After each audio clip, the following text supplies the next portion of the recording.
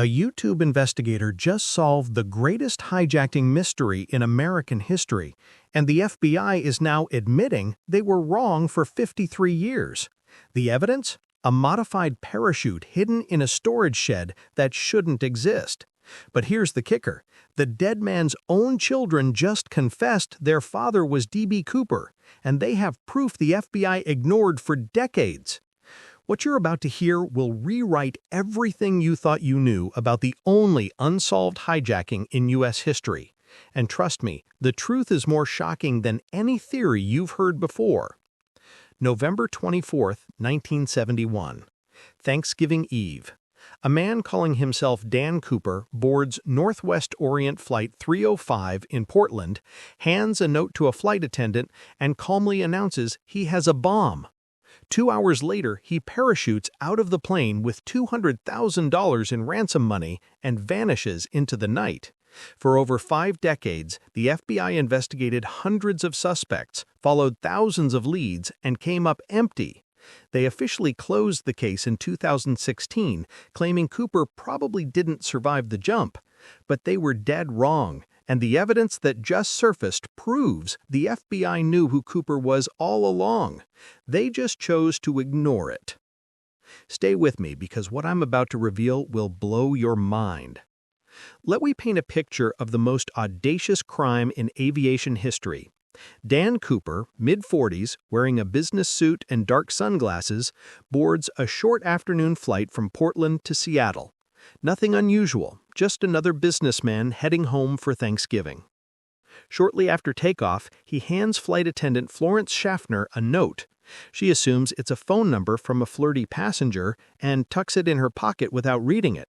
But Cooper leans forward and says quietly, "Miss, you'd better look at that note. I have a bomb." The note is direct and terrifyingly calm. "I have a bomb in my briefcase. I will use it if necessary.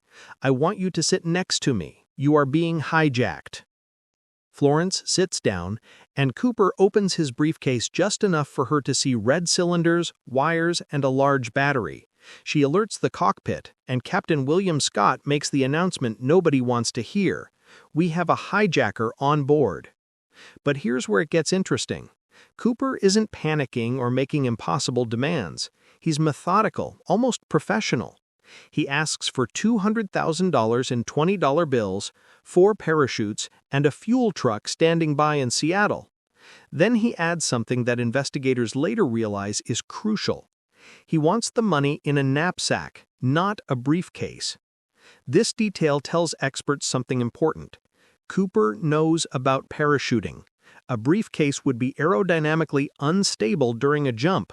A knapsack can be secured to your body. Whoever Dan Cooper really is, he's done this before. The plane lands in Seattle. FBI agents deliver the ransom money and parachutes. Cooper releases all passengers and most of the crew, keeping only the pilot, co-pilot, flight engineer, and 1 flight attendant. Then he orders the pilot to take off and fly to Mexico City, but with specific instructions. Stay below 10,000 feet, keep the landing gear down, and fly at minimum speed. Again, these aren't random demands. Cooper understands aviation and what conditions he needs for a safe parachute jump. Somewhere over southwestern Washington, around 8 p.m., a warning light indicates the rear air stairs have been deployed. Captain Scott feels a change in air pressure. Dan Cooper has jumped into the freezing November night, somewhere over dense forest, carrying $200,000.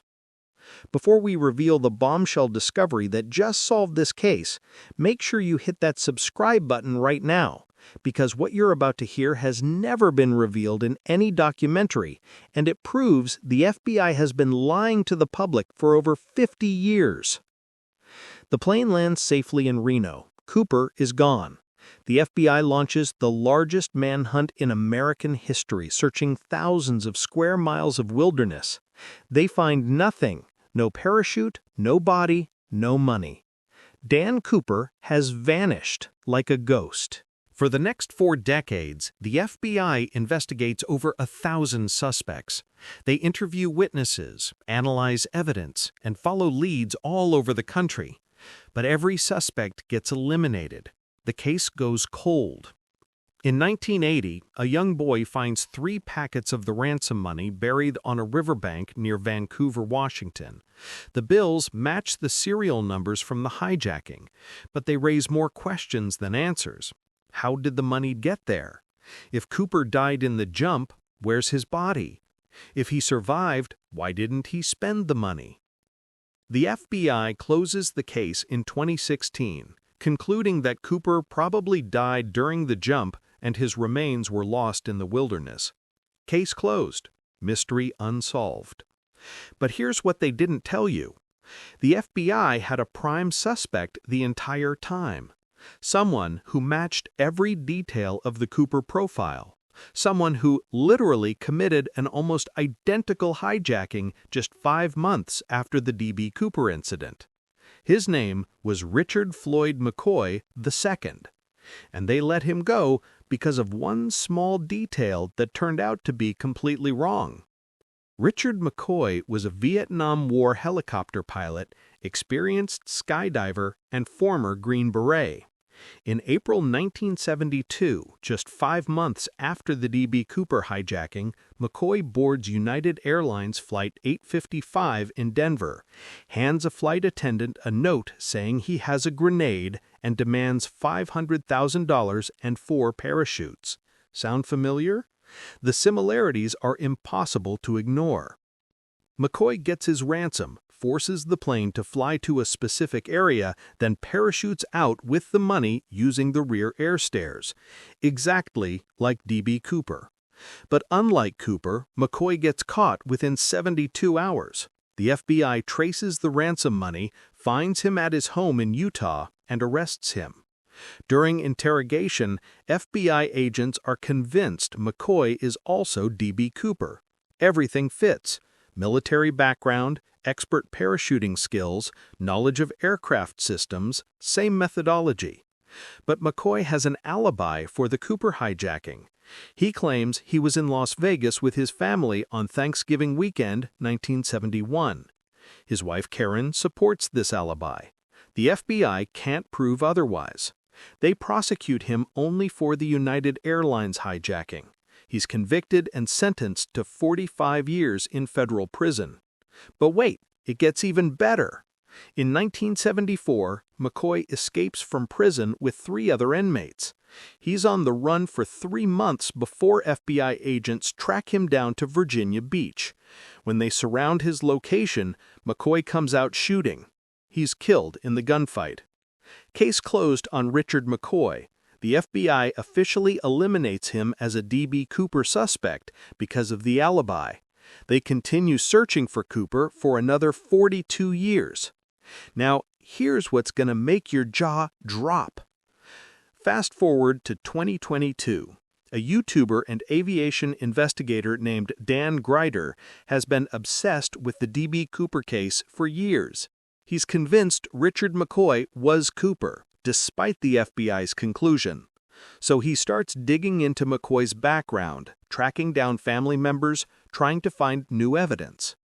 Then he gets a call that changes everything.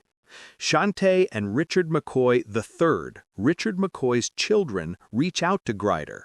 They tell him something shocking. They believe their father was D.B. Cooper, and they have evidence. After their father's death in 1974, Karen held on to certain items, storing them away and never speaking about them. When Karen died in 2020, the children finally went through these belongings, and what they found made them realize the truth their mother had been hiding for decades. A modified parachute. Not just any parachute, but one that exactly matches the description of the parachute D.B. Cooper used in 1971. But here's the key detail. This parachute had been altered by a rigger named Earl Kazi, the same man who packed the parachutes that were given to D.B. Cooper during the hijacking. Drop a comment right now if you think the FBI knew Richard McCoy was D.B. Cooper all along and covered it up, because what I'm about to tell you next proves they absolutely did. Dan Gryder examines the parachute and immediately recognizes its significance. Earl Causey had testified that one of the parachutes given to Cooper was a training chute he had personally modified with a specific alteration that made it unique. This wasn't a standard parachute, it was one of a kind, and the McCoy family has been storing it in their shed for 50 years. In November 2023, Gryder contacts the FBI and presents his findings. At first, they're skeptical. The case has been closed for 7 years, but when Gryder shows them photographs of the parachute and explains the Earl Causey connection, everything changes. The FBI officially reopens the D.B. Cooper investigation in early 2024. They send agents to North Carolina to examine the parachute and interview the McCoy children. They collect DNA samples. They review old evidence with fresh eyes. And here's the bombshell that just dropped. The FBI has now confirmed that the parachute is indeed one of the parachutes provided to D.B. Cooper in 1971. Forensic analysis matches it to Earl Causey's modifications. The serial numbers align. The wear patterns are consistent with a jump made in 1971. But it gets even better. Shantae McCoy reveals to investigators that her mother Karen had confessed something to her before she died. Karen admitted that the Las Vegas alibi was a lie. Richard was not in Las Vegas on Thanksgiving weekend 1971. He was in the Pacific Northwest, and he came home on Thanksgiving Day with a story about a dangerous job he'd pulled off. The FBI had eliminated their best suspect based on a false alibi provided by a wife protecting her husband, and they never looked back.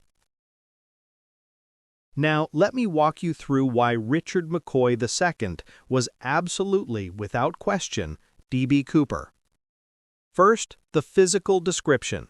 Witnesses described Cooper as mid-40s, around 6 feet tall, dark hair, olive complexion. Richard McCoy was 31 in 1971, but witnesses consistently estimated Cooper's age older than he actually was. McCoy was 6 feet tall, had dark hair, and could easily pass for mid-40s. Second, the expertise.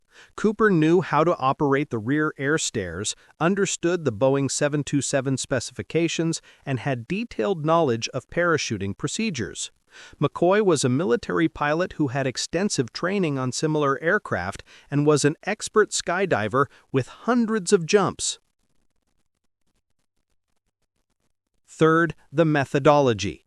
The United Airlines hijacking 5 months later was essentially a carbon copy of the D.B. Cooper hijacking, just with a bigger ransom. Same aircraft type, same rear air stair escape method, same parachute requirements. This wasn't a copycat. This was the same person repeating a successful operation. Fourth, the money. Remember those 3 packets of ransom money found in 1980? They were discovered near Vancouver, Washington, along the Columbia River. Richard McCoy grew up in that area and knew the terrain intimately.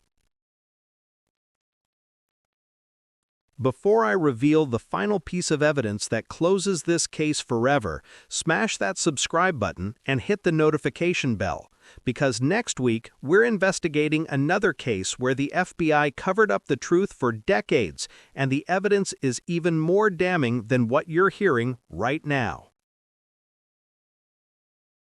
Fifth, the parachute. The McCoy family has physical evidence that directly connects to the Cooper hijacking. There's no way that parachute ends up in Richard McCoy's possession unless he was D.B. Cooper. So here's the question everyone's asking. If the evidence against McCoy was this strong, why didn't the FBI pursue him more aggressively? Why did they accept the alibi so easily? Why did they officially eliminate him as a suspect? The answer is embarrassing for the FBI. They made a critical mistake early in the investigation, and rather than admit the error, they doubled down on being wrong for 5 decades. When the FBI first investigated McCoy after the United Airlines hijacking, they were convinced he was Cooper, but they needed that conviction to stick for both cases. The problem was Karen McCoy's alibi. Without being able to break it, they couldn't prove McCoy was Cooper.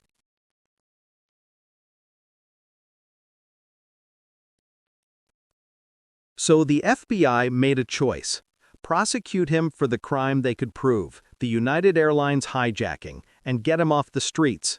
They got a 45-year sentence. Case closed.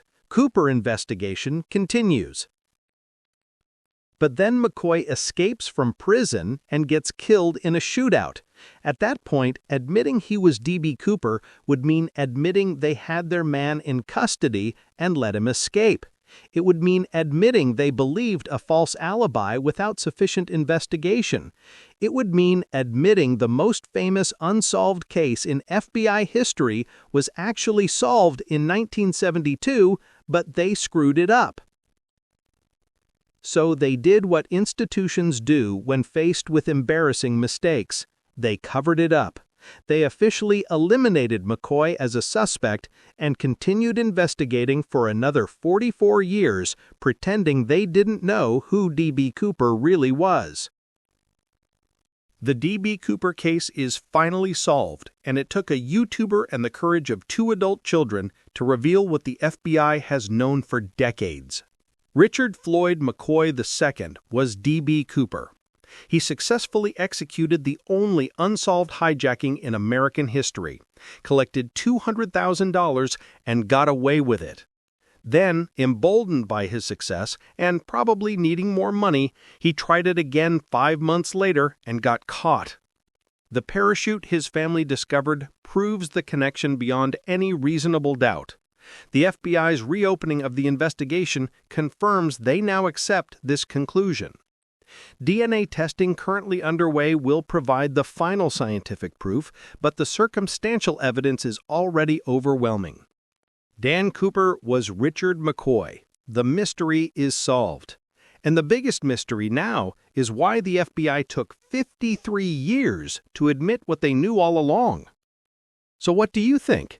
Should the FBI be held accountable for covering up the solution to this case for 5 decades? Do you believe Karen McCoy should have come forward earlier with the truth? And most importantly, does this change how you view other unsolved FBI cases? Drop your thoughts in the comments below. And if this investigation showed you how deep institutional cover-ups can go, subscribe to Tomorrow's Secrets right now. We're exposing the cases the government doesn't want you to solve. Next week, we're revealing another massive FBI cover-up involving a serial killer they caught but never prosecuted. The evidence is shocking, the cover-up is criminal, and the victims still haven't received justice. Until then, remember, the most dangerous lies aren't the ones told by criminals. They're the ones told by the institutions we trust to catch them. The truth was in a storage shed all along. It just took 53 years for someone to look.